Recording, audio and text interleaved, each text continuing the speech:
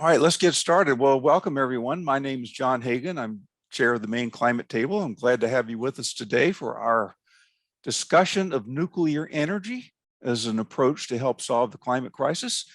If you don't know the Maine Climate Table, first of all, we're not the Maine Climate Council. That's entirely different.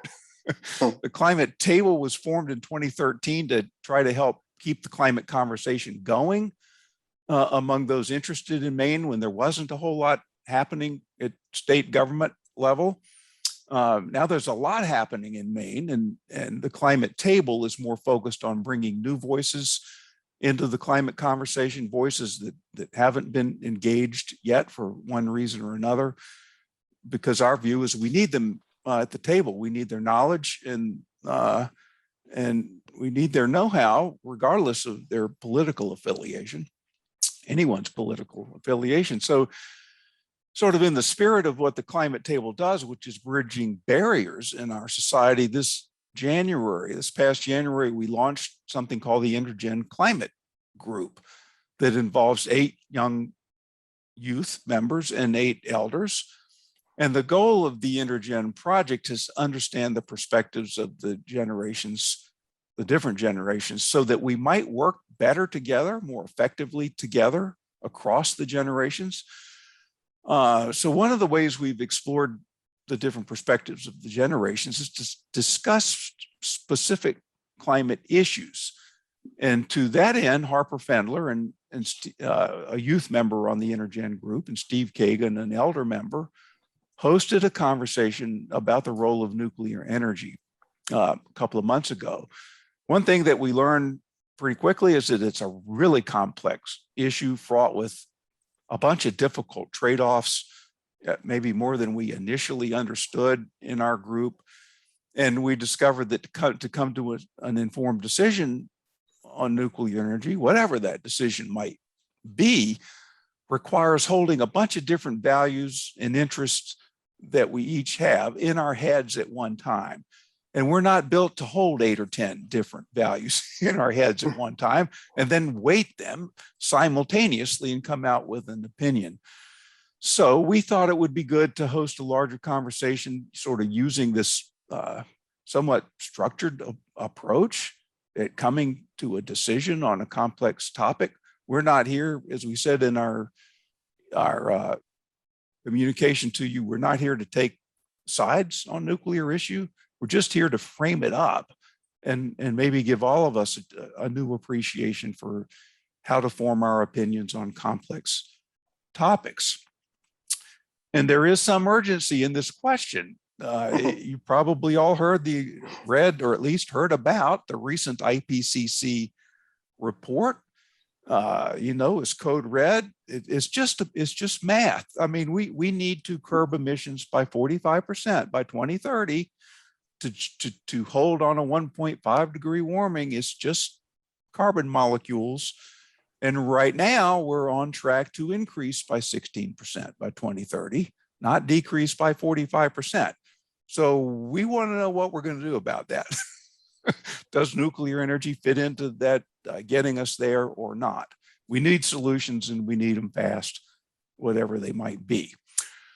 Okay, so I'm going to turn it over in a minute to Harper and Steve, but just some logistics. There's a little technical complicatedness to this, and that we're going to ask you 3 questions in a survey link through the chat during the workshop.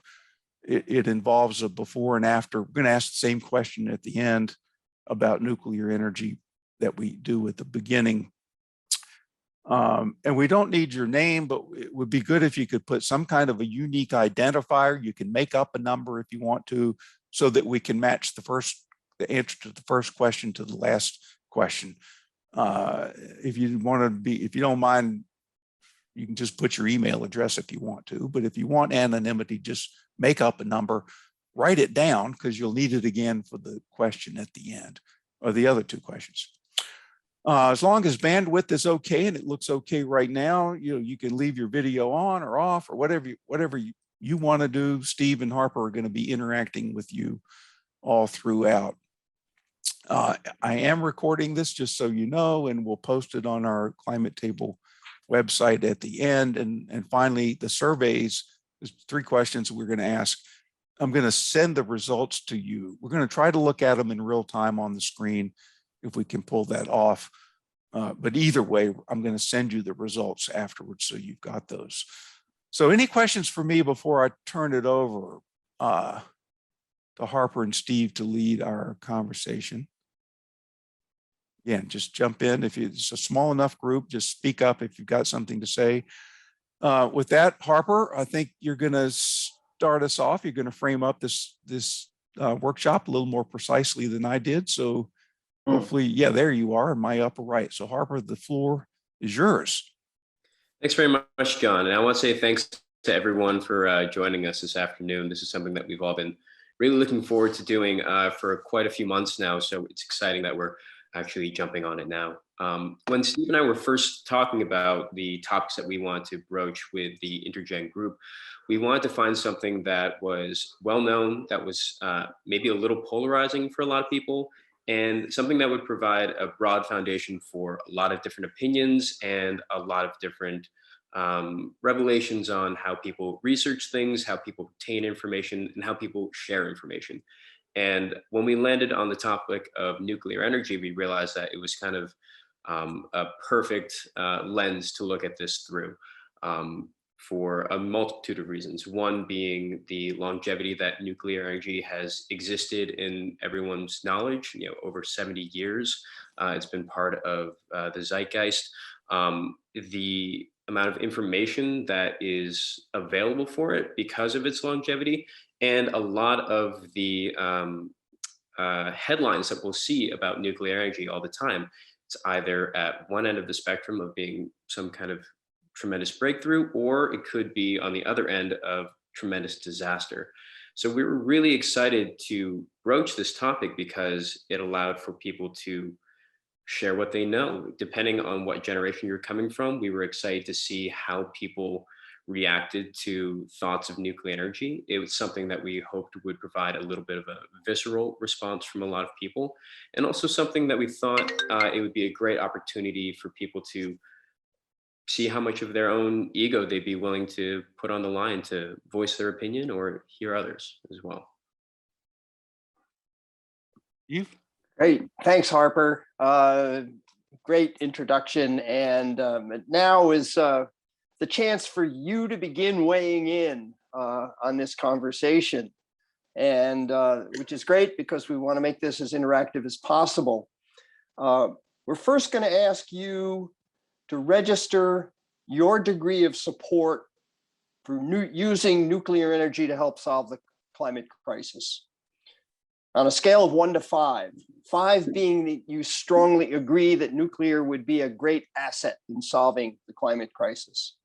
And then, lickety split, we hope, if the technology works for us, we'll feed back the results of this quick survey to you so that you can get a gauge on where this group as a whole comes down on the issue. So again, that's a 1 to 5 scale. It'll come up on your chat screen, and we'll ask you first to register your support, or frankly, your lack of support for using nuclear energy to help solve the climate crisis. Can we get that, John? Yes, we hope we can, Steve. Thank you. And I'm going to, now that we're all together, I'm going to introduce Katie Perry too. She's actually the project manager for the INTERGEN project. Katie's helping. Hi there, everyone. Hey, Katie. She's in Salt Lake City today. Katie, if you can help, I'm going to put this link in the chat. If you could work on the bar chart in a minute or so, that might help, because I'm about to bring up a different file. So everybody, if you don't know how to bring up your chat, it should be at the bottom of your screen. You've probably done this before if you've ever Zoomed, and there should be a link that shows up in your chat, and all you have to do is click on that link. Up will come your browser, and just this question that Steve just asked should be on your screen. We'll just give you a minute or so to.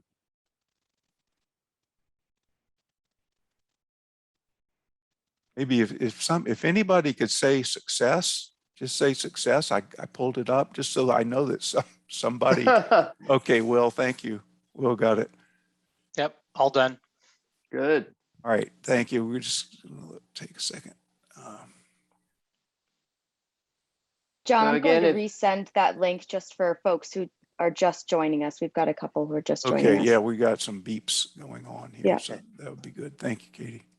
So everybody, if you just joined us, we just are doing a quick short survey. survey, take seconds. If you click on the link in the chat, it will take you to the Google survey. If you could answer that question, we're just so you know, we're going to ask the same question at the end. Maybe your answer changes in some way. We'll find out. All right, resend link to poll. Katie, can you resend the link? Yep. Everybody keep chat.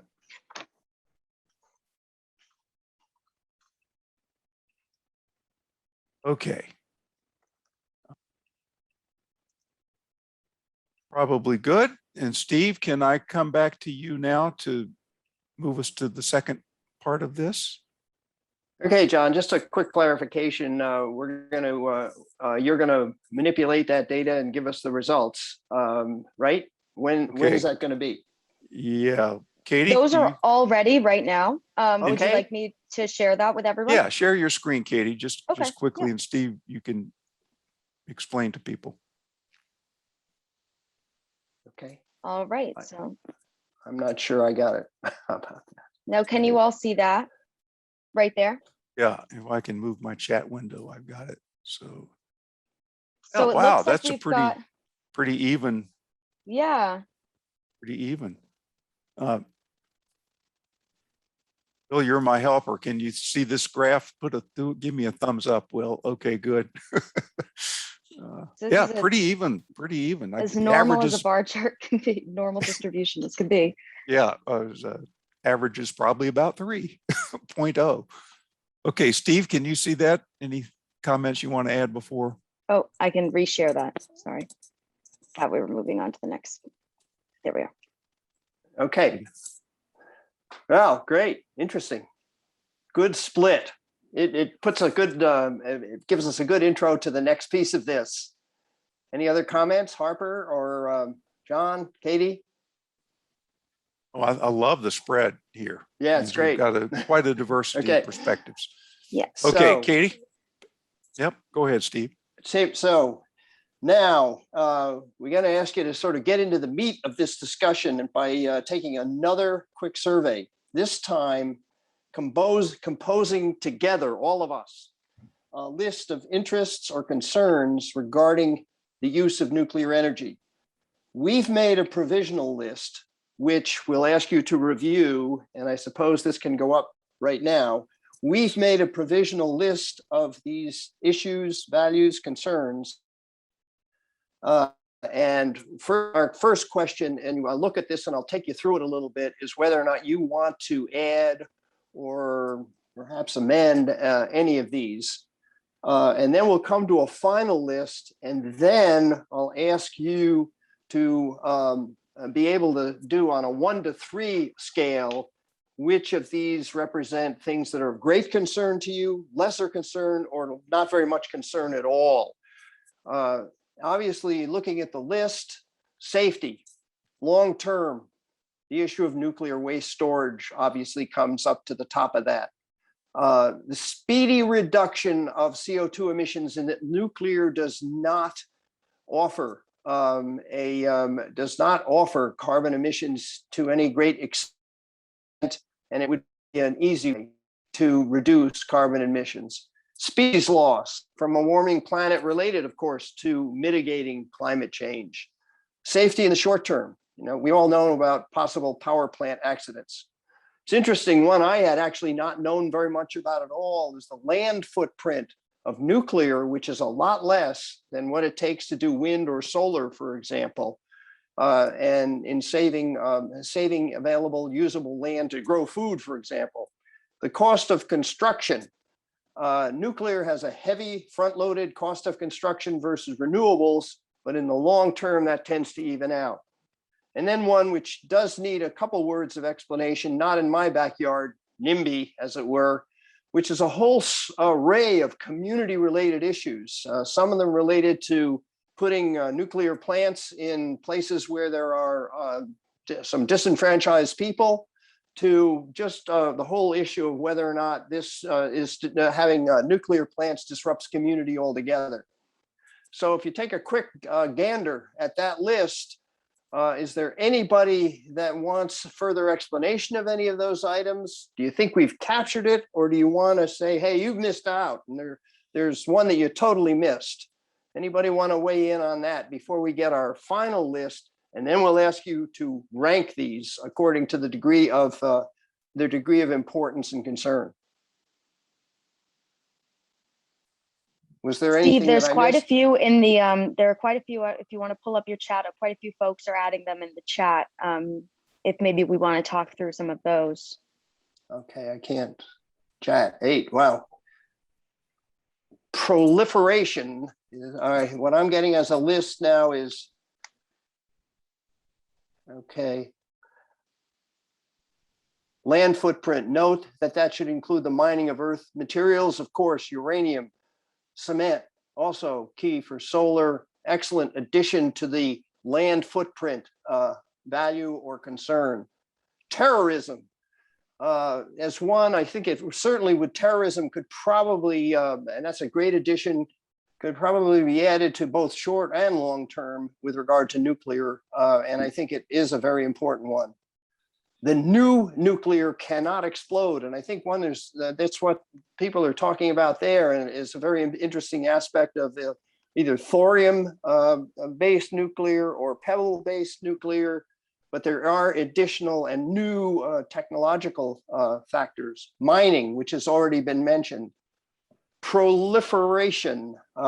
Jonathan, I may need you to elaborate that one a little bit.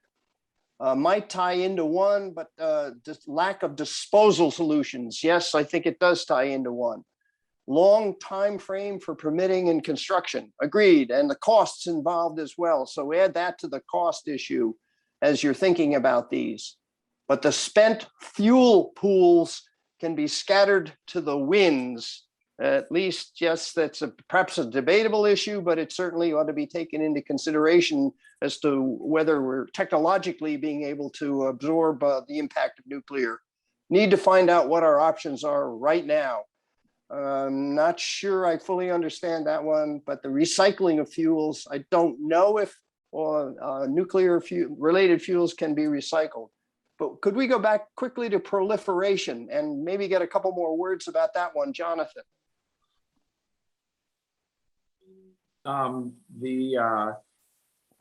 It's a lot easier to make nuclear weapons from the plutonium from spent uranium, spent fuel rods than it is to actually do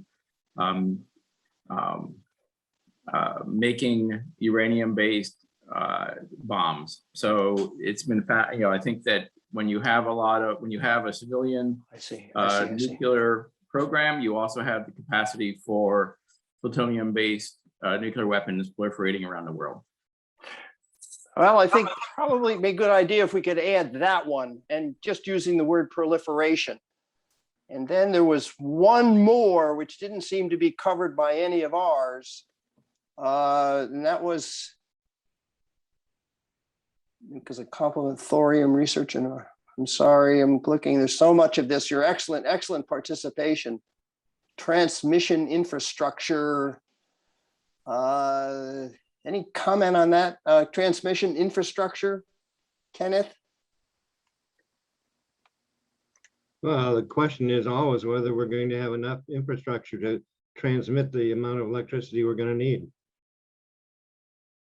When you figure that instead of pumping gas, we're going to be pumping electricity, that's going to require a lot of electricity to be transmitted through transmission lines, not distribution lines. Okay. That's CMP. Right. Yeah. It looks like Jonathan has another comment. To clarify that, with distributed renewables, you don't have as much you don't have to invest as much in larger transmission lines because you're building out more locally. And nuclear is going to concentrate large generation in small areas. I believe that's what you're speaking to. Well, there's Right. also the difference between AC, DC transmission. And I believe transmission occurs in AC form. I may be wrong. And distribution transmits in AC version. Okay, without getting into too much technical detail, I'm going to ask if I'm going to suggest that one probably goes into the issues of short versus long time costs, and ask if, just in terms of making as efficient use of this as possible, if we could just add proliferation. And is there anybody else who wants to make a very strong case that we at least have completely missed one piece here? Steve, If not, just while yeah, go ahead. while Go ahead, John. I'm going to add nuclear weapon proliferation, just because I was confused about proliferation of what. So Okay. if you're okay with adding that, Yep. and if you can see my screen, Okay. Katie, if you could Or- add that to the Yeah, survey. I've added that. And then I've also added just personally the speedy reduction of CO2 emissions. I just wanted to add in parentheses on that one that it's a nuclear, it's a pretty efficient climate change mitigation strategy, just Okay. to complement Using that. So nuclear Okay. for that. yeah. Okay. Given that we're still sort of, I know this may be a little rough, but I still think it will be useful if we could turn our attention now to seeing if we can get from you in this second survey quickly, your sense of which on this list now of, is it 9 items, Katie? Yep. And this list of 9 items, which ones of these have for you, you're very highly concerned about? That's a 3 versus 2, which is moderately concerned, versus 1, which is significantly less concerned. And what I urge you to do, and I know this may seem a little artificial, but it isn't, is stay away from pushing for all 3s and see if we can get some real differentiation in your thinking about these items as to which ones have the greatest concern for you. So if, again, we can put that survey up on our screen, and using those 9 items, we'll give you a couple of minutes to rank the level of your concern, 3 being highest concern, 1 being lowest concern, as far as these 9 items are concerned. Yep. So Eight that items, I I sent think. that out and sent it out Is- again, but it's the same link. Okay, and now I'm going to stop sharing so people can use their screens to do the survey. So I'm going to stop sharing. And if you could click on Katie's link to everyone, and we'll give you a couple of minutes to work through that survey.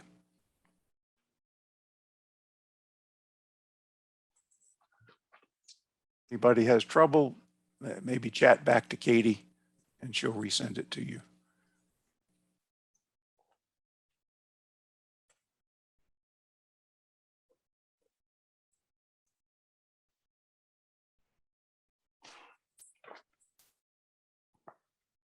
John, can you tell me roughly how many participants there are? And stand got- by. We've got 24, not Okay, including great. us. Yep. Fantastic.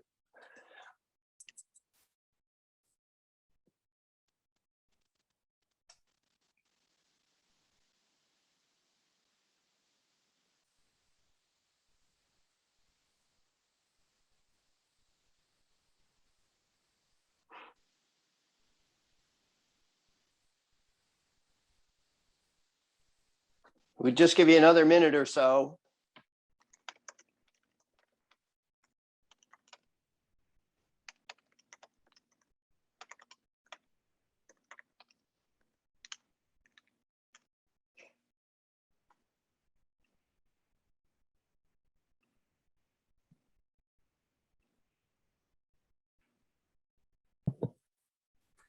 So can I make a comment?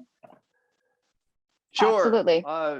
And then we'll see where we are after your comment. Go ahead. Okay, so the way I did this was if I disagree with the presumption of a question, I gave it a 1. Yeah. Because I disagree with some of the questions as being correct. And if I was concerned about something as being important, then I gave it a 2 or a 3. Is that the way Okay. you wanted me to fill this out? Well, I'm hoping they'd all be clear, but obviously then in your case, they didn't come through clearly. Well, A I couple of disagree them. with some of the assumptions that some of the questions asked. Can you give an example? I don't believe that actually building nuclear power plants is a quick way to reduce carbon. So therefore, I also disagree with the next question about that being of a value. So I think those are both really valuable, but I don't see nuclear as a solution. I see it actually as a problem to meet those. So I gave those ones, not because I don't think those are important, but because I think nuclear is the wrong choice for many reasons. Okay, So get you. I got you. Yep, it's a good point. Okay, we should be close to the end and seeing if we Yeah, can manipulate We've that got about data. 22 responses already. Yep. Well, okay. Excellent. Katie, are you able to share that? Not yet, Yep. but when Steve's ready, are you able to Yeah, share? when Steve's yours? ready, absolutely. Okay, okay, great, thank you. Just be good to see what people's reactions were.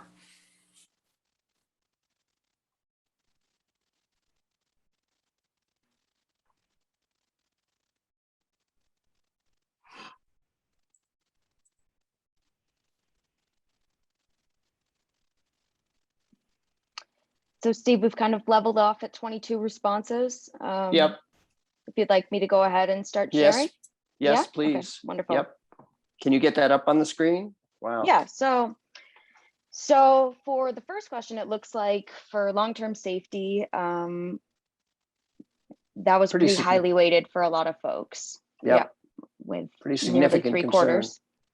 And the same is true for the speedy reduction of CO2 emissions, which of course, Jonathan just shared his own Yeah. questions with that, but yep. Species loss was a little bit more evenly weighted. That was something that half of folks felt really strongly about here, whereas the other half felt less so. Short-term safety was interestingly very even split. Yeah. Yeah. Land footprint was not something that was as meaningful for a lot of folks. Right. Cost of construction was a little bit more of even split, but still less of an issue. Not in my backyard, once again, not an issue for many folks. And then nuclear weapon proliferation. So national security issues, terrorism, which we talked about before, was a major concern, it seemed. Okay. All right. All right, Harper, do you want to chime in and ask maybe a leading question, and I might add to it so we can get a full group discussion going? Yeah, I would love to. And I think Jonathan did a good job at beginning to broach this subject, but was there anything in these questions that we asked, and I think we actually went through a lot, and it illuminated some things that we hadn't thought of, but right as we were going through the beginning of, before we were starting the survey, were there anything or any questions or topics within this nuclear energy discussion that any individual here hadn't considered before? So, for example, I remember when we were first talking about this topic months ago with our INTERGEN group, the topic of placement wasn't something that I had really considered before. So I hadn't really associated nuclear energy with something like NIMBY. I had always associated that with something like windmills or solar farms. I hadn't really considered that as being something that would be more present in my my home. Harper, I would say something that was new for me to think about was the land footprint of nuclear, which was something that, interestingly, that was new to me in our conversation earlier with the INTERGEN group, and it was interesting to me that actually came up quite a bit in the comments that everyone shared as well. And I do wonder if some of the things that Harper and I are expressing as newer things to us might be generational as well. We've grown up in a different generation hearing about nuclear. The way it's portrayed in the media is very different now than it was, a few decades ago.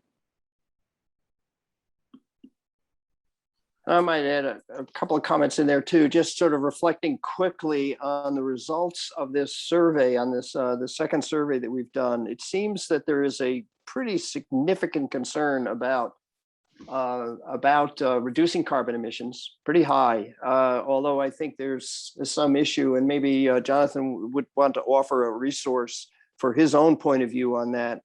And then there seems to be less concern about cost of construction, less concern about land footprint, less concern about community reaction to nuclear, at least amongst this group.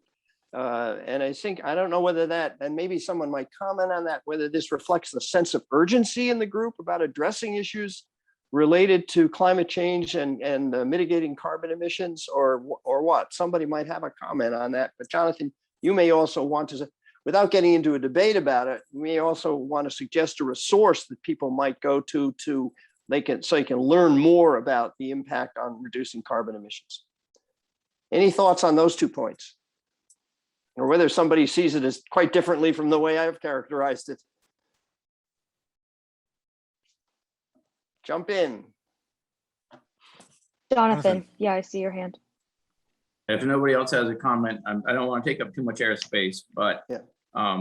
I see that the timeline and the cost upfront of building nuclear as one of the many reasons why, if you invest the same amount of resources into renewables and into energy efficiency, then you actually get a much faster reduction in CO2 than you get from doing nuclear. So I see that actually the argument that nuclear is a more quick way to reduce carbon, I see is actually backwards, because you can spend that money much more quickly on reducing carbon through renewable energy. Okay, is there, just to quickly, is there a particular resource that you could point people to learn more about that? I don't have something at my fingertips. I will try to find something, but yeah, that'd be great. It's out there. Okay, other Will? observations from folks? Well, I have Mark. an excellent resource for very rigorously analyzed questions about nuclear power and as it relates to climate change. It's called the Breakthrough Institute, and it's I could put a link in the chat box if people are interested, but where they come down on it is that nukes are a necessary evil, at least for the time being. And the argument that they put together for it is really impressively assembled. So worth reading. Good, excellent, thank you. If I could recommend, Kenneth, was there something you want to share as well? well, I could recommend that you take a look at a company like General Atomics, which has developed what equates to bus-sized nuclear reactors that will power like 30,000 homes. They're portable. They're actually quite convenient. I mean, we've got examples of what nuclear can do in our submarine fleet. Those are all nuclear powered, and we have yet to see any of them cause a lot of damage. But I also, I don't know when you folks might consider other modes of saving carbon, but I would like to, at some point, offer you a presentation on microrail. Send me an email. One of the things I just saw on the scroll is a reference to the En-ROADS simulation, and just for the edification of users, I did En-ROADS simulations all over the country, but the person who made that comment may want to chime in at this point and say why you've suggested that. It's because oh shoot. There, go ahead. Okay, I'm sorry. I'm with a friend here. It's because, no worries. And I can't tell you off the top of my head how nuclear plays into this, but you can look at all the policies that are available, all the things we can do now to reduce carbon emissions, and it will show you the impact it will have on I guess you can use it to see what the impact it has on global temperature, or percentage of carbon emissions. And I mean, it's not, none of these policies are a silver bullet. What En-ROADS taught me was that you need to do a lot of different things. I'm just not convinced that nuclear is one of them because of the safety issue. And somebody commented that we can just continue to produce with existing plants, and that's fine. I'm not sure we're talking about decommissioning existing plants. I thought when you were talking about nuclear, we were talking about building new plants. And I still am not convinced that that's a good way to go. And I have no qualifications for that opinion really at all, except that I try to read a lot. Right. I wonder if in this discussion that there's anybody that wants to say, well, this is sort of edifying and interesting, and I think I've learned some things I just didn't know before, or there's some things I want to research that I don't know about. Anybody fall into that category? Well There's done. one thing that I would like to say, and that's there was a comment made about transmission, and it's absolutely true that the introduction of more nuclear power is going to entail more and more transmission. That's just reality. You've got to get power to where it's going to be used. And I believe here in New England, there are scheduled something like 13 fossil fuel plants that are used for baseload power. And by the way, I used to be a member of the Clamshell Alliance years ago, where I worked very hard to take down nuclear power. And now I'm actually a supporter, primarily because I see what's happening with the New England Clean Energy Connect.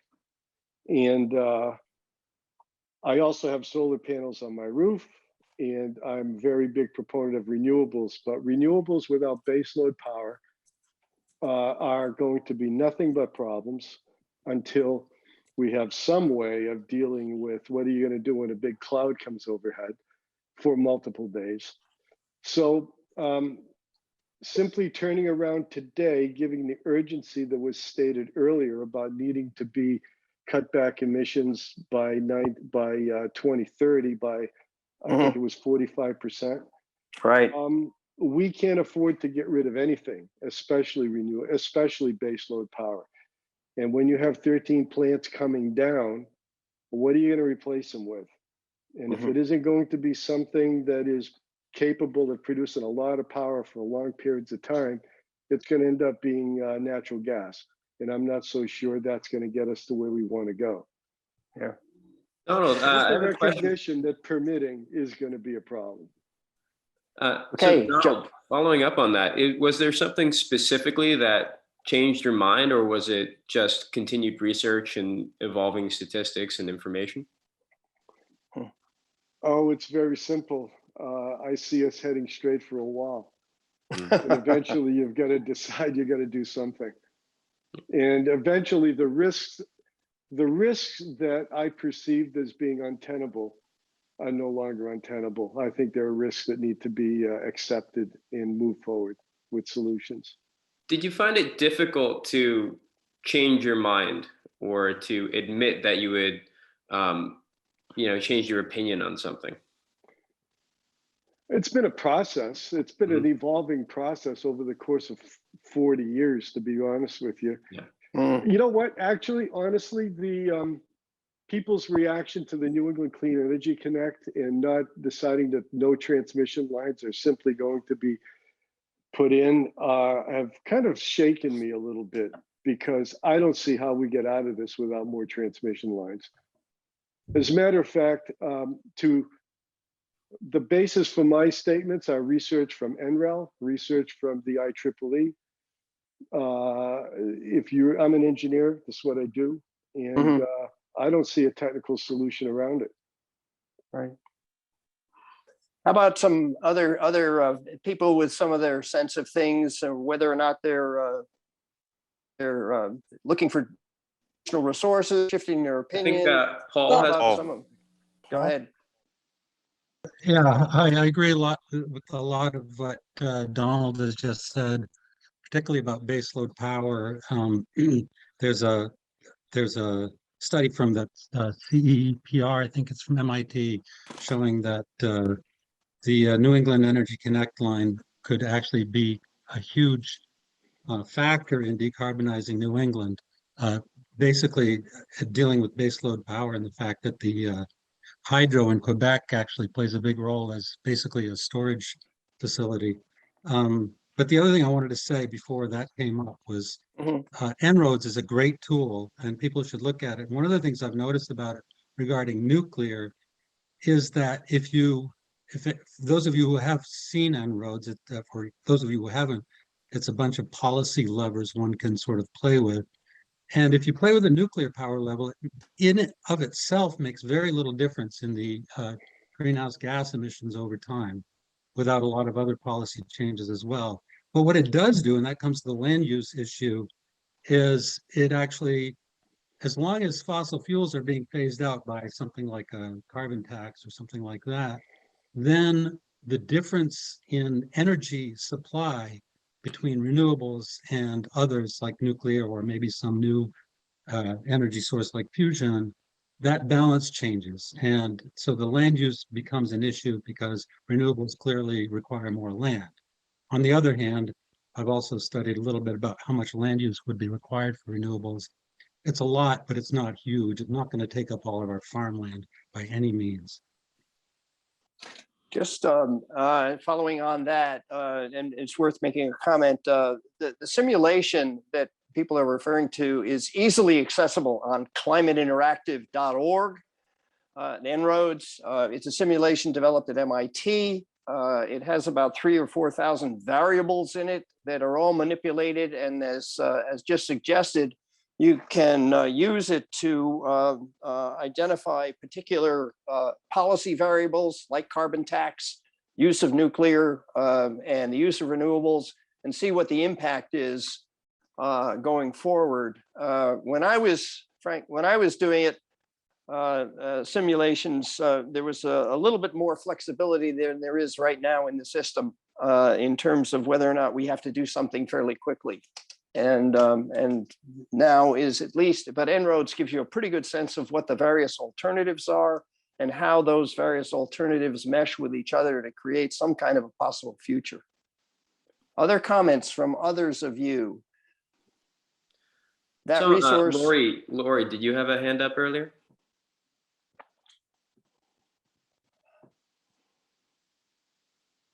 Yes, I did. I guess Donald was talking from his perspective and his lens of being an engineer, and I guess I will speak from my perspective of being a policymaker, which is that we clearly need to lower the CO2 concentration in the atmosphere, as John said in the beginning of this, and we're not meeting it. However, we have not really used policy as a stronger tool, and we're still in this long discussion about carbon taxes, but there's plenty of other ways we could have policies that would reduce consumption of goods. So across the board, and then we would need less energy. And I think that saying that we need this tool, this tool to do this to get the result, is ignoring that we actually have a lot of strength by using policy and focusing on cultural change. Excellent point. Others, before we have to turn to our question and question number 3, but there are room for a couple of more comments here from some of you. These have been excellent comments and a lot of edification and some really good resources suggested as well. Well, yeah, I have actually I have a question for the group at large. Jumping off of that comment, Steve, one of the things that we talked about that we found difficult when we first broached this topic was finding reliable resources and information. And what's been great is just watching the chat and everyone's sharing different resources and all these different things. Are there other folks in this group though who have found it difficult to find reliable resources or sources that you can trust, that you can form an opinion off of?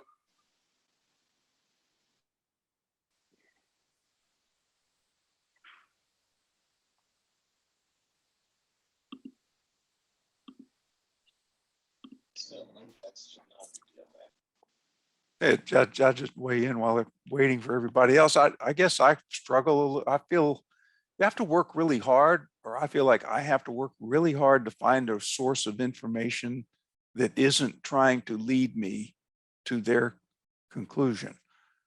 And it takes, what I found is it takes a lot of hours of work to try to get at information that I feel like I can trust. It's hard to do. Everybody's got an opinion. So There's also, in addition to that, John, with an issue like nuclear, and I wonder if anybody has a comment about this, with an issue like nuclear, it very quickly engenders an emotional response, particularly from people in our generation, having lived through 3 Mile Island, Chernobyl, and a variety of other experiences. So it's not only difficult to get information that is edifying, but it's also very difficult to talk about this topic because of the emotional reactions around an issue like nuclear.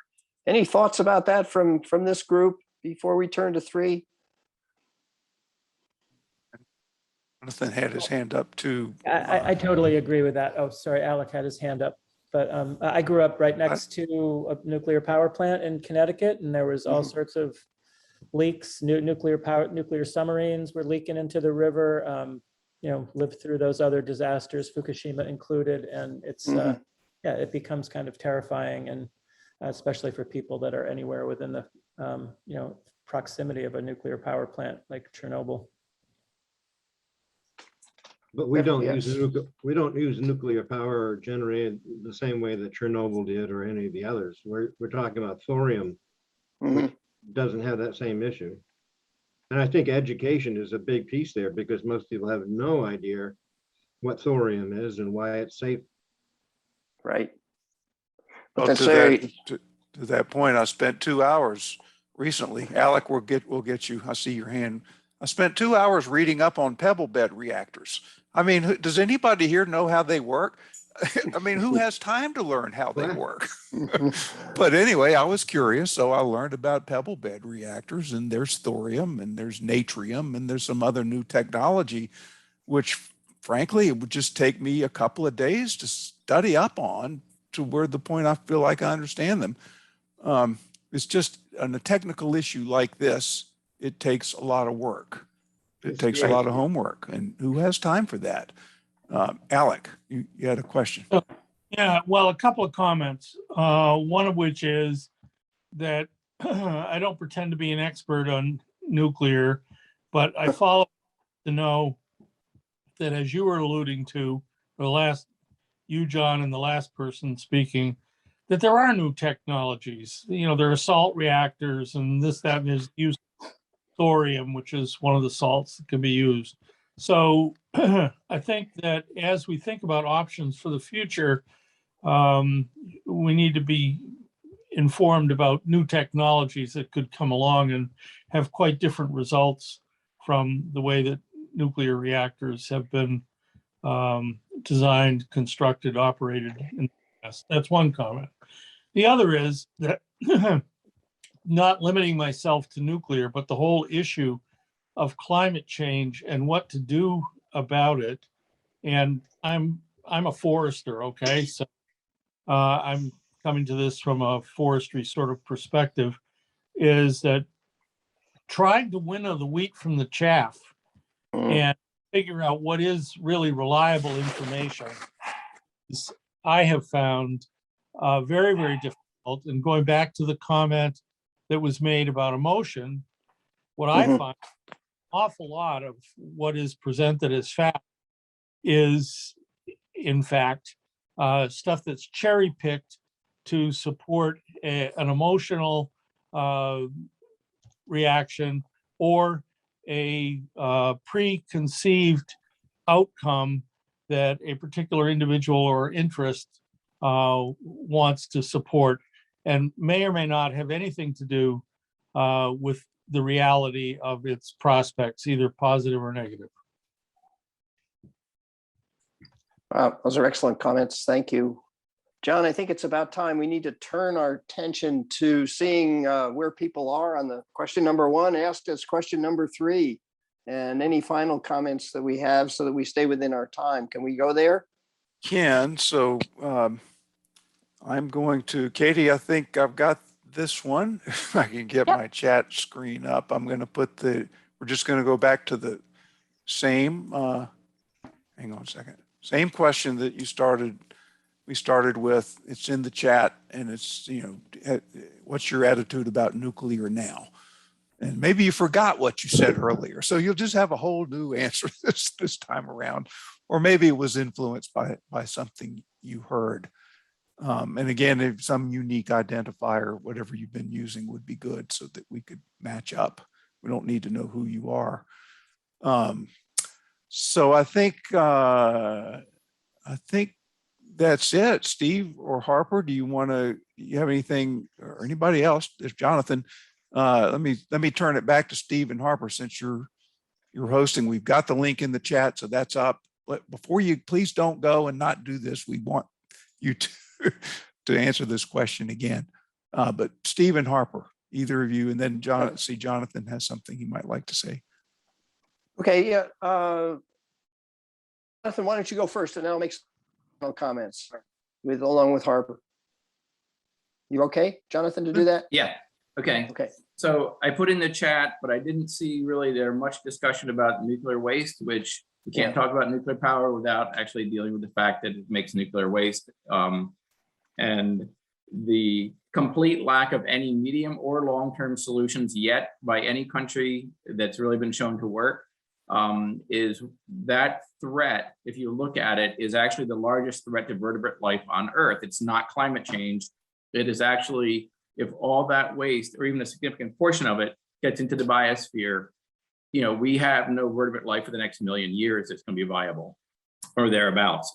And I think promoting something for what is actually geologically a short-term problem, which is climate change, as devastating as it is, with creating something which is going to require 1 million years of safeguarding, which is beyond any technology we have, seems to be, when we have other viable solutions to reducing our carbon, seems to be not a wise, to be gentle, not a wise choice. Okay. Thanks for that. Thanks.